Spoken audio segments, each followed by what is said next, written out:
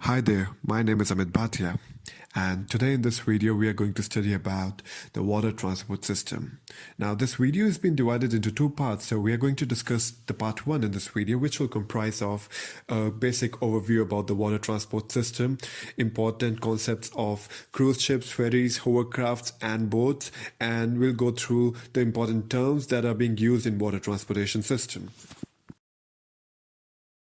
In order to know the dynamics of water transport, it is very important to understand that it is the transportation of people or goods by water over either long distances or short distances through boats or other waterborne vessels. Notably, it is the oldest and the cheapest mode of transportation. And from the very ancient times, the Greeks and the Romans navigated in the vessels to establish and maintain their trades as well as their colonies. Now, it operates on a natural track unless we are talking about the canal transportation system. Thus, there's very less requirement of construction and maintenance of its track. Water transport has definitely played a very important role in bringing the world closer, shrinking the world for both the travel as well as the trade industry. The water transport operates with ports in the coastal areas of a country and through lakes and rivers within the country. It can be classified into two major types, number one being the inland water transport, number two being the ocean transport. As discussed earlier, we can classify the water transportation into two types, the inland water transport and the ocean transport. Now, talking in brief about the inland water transport, we can further bifurcate it into two segments, river transport and canal transport. Well, the basic distinction in between both of them is the fact that river transport has to happen in natural water bodies, whereas canal transport has to happen in the man-made water bodies first. Second, it is very important to understand that river transport can be controlled by nature. So external environment has a very impactful effect on the transportation mode, whereas in the canal transport it is much more under control. Otherwise it requires a lot of investment which we save in river transport.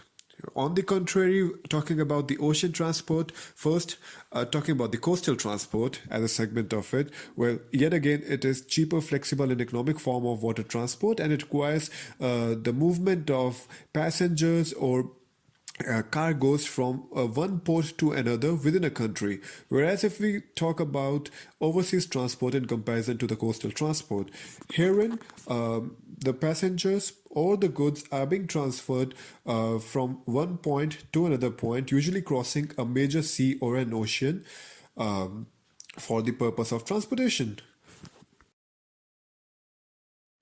In this slide, we are going to talk about the advantages and disadvantages of water transportation. The overview of the slide makes it conspicuous that certain advantages of opting for water transportation are, first, it is an affordable source of transportation because it requires very less running cost as well as the maintenance cost in comparison to railways and airways.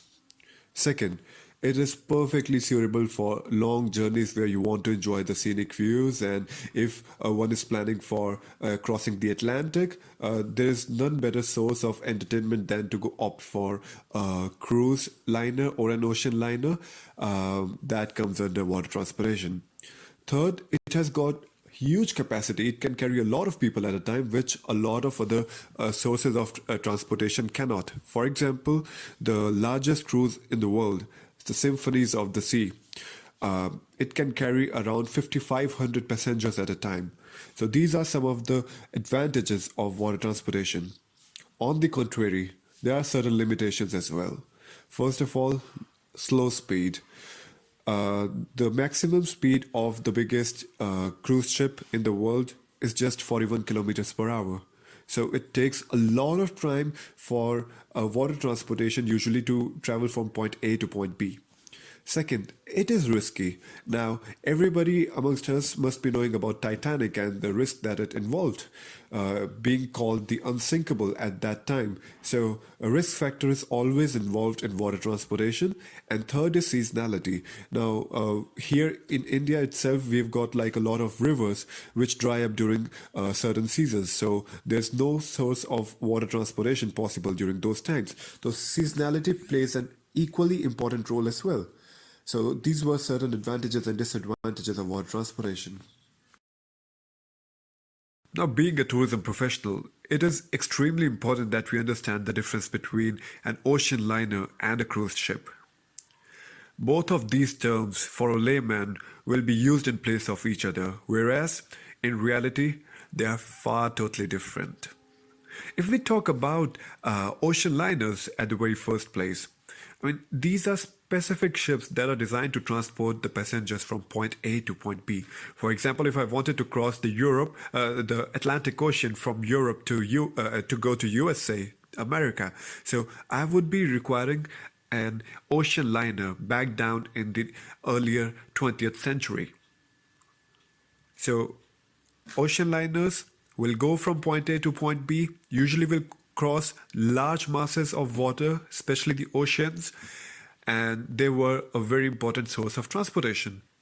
Some good examples of ocean liners are, for example, Cunard's Queen Mary II or Queen Elizabeth II by Normandy or SS United States. I mean, these are the classic examples of ocean liners.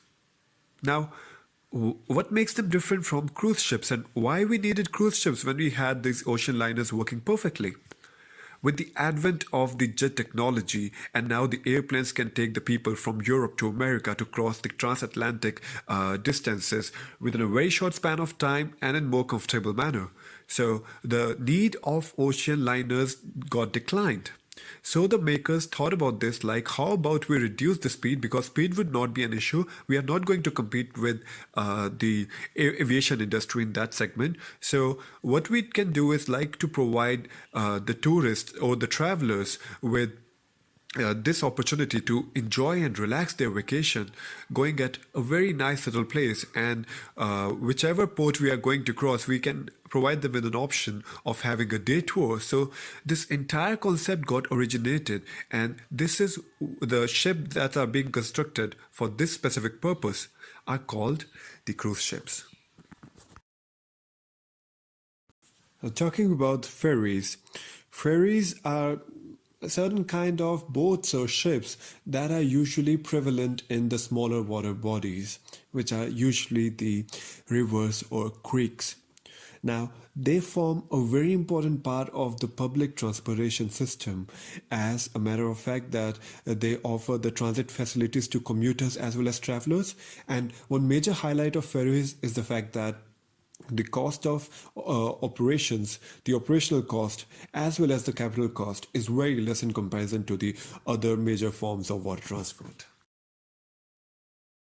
Now, boats are very common forms of water transportation, and a major distinction between boats and ship is that boats can be easily lifted out of water, whereas it's a mammoth task to lift out a ship, extract them out of the ocean. So that's a basic difference in between them.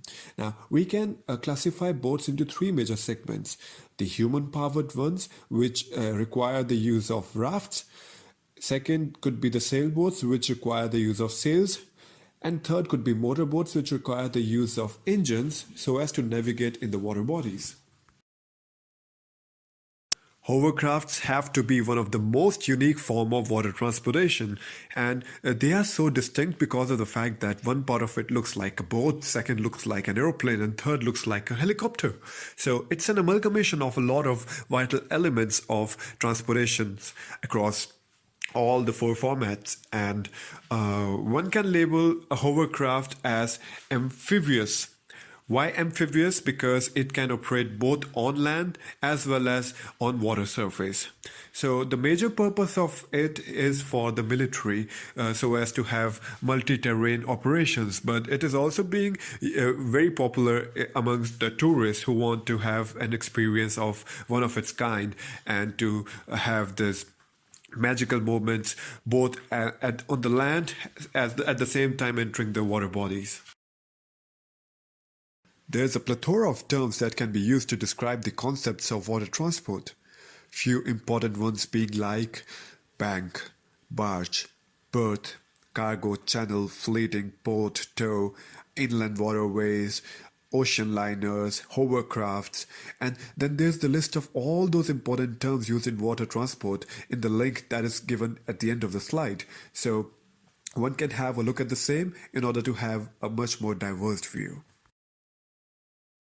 So to give you a quick recap as to what we have discussed before. So we have talked about the meaning and the definition of water transport, the classification and the subclassification of water transport. Then we have talked about hovercrafts, we have talked about cruise ships, we have talked about ferries, boats, types of boats, and then the important terminologies used in water transportation industry. Given on the screen are a few important questions that one can give an attempt in order to get the concepts absolutely clarified. The key content for the video presentation has been extracted from the sources mentioned on the screen. Thank you so much for your time and attention. I'll see you next time in the part 2 of the video lecture.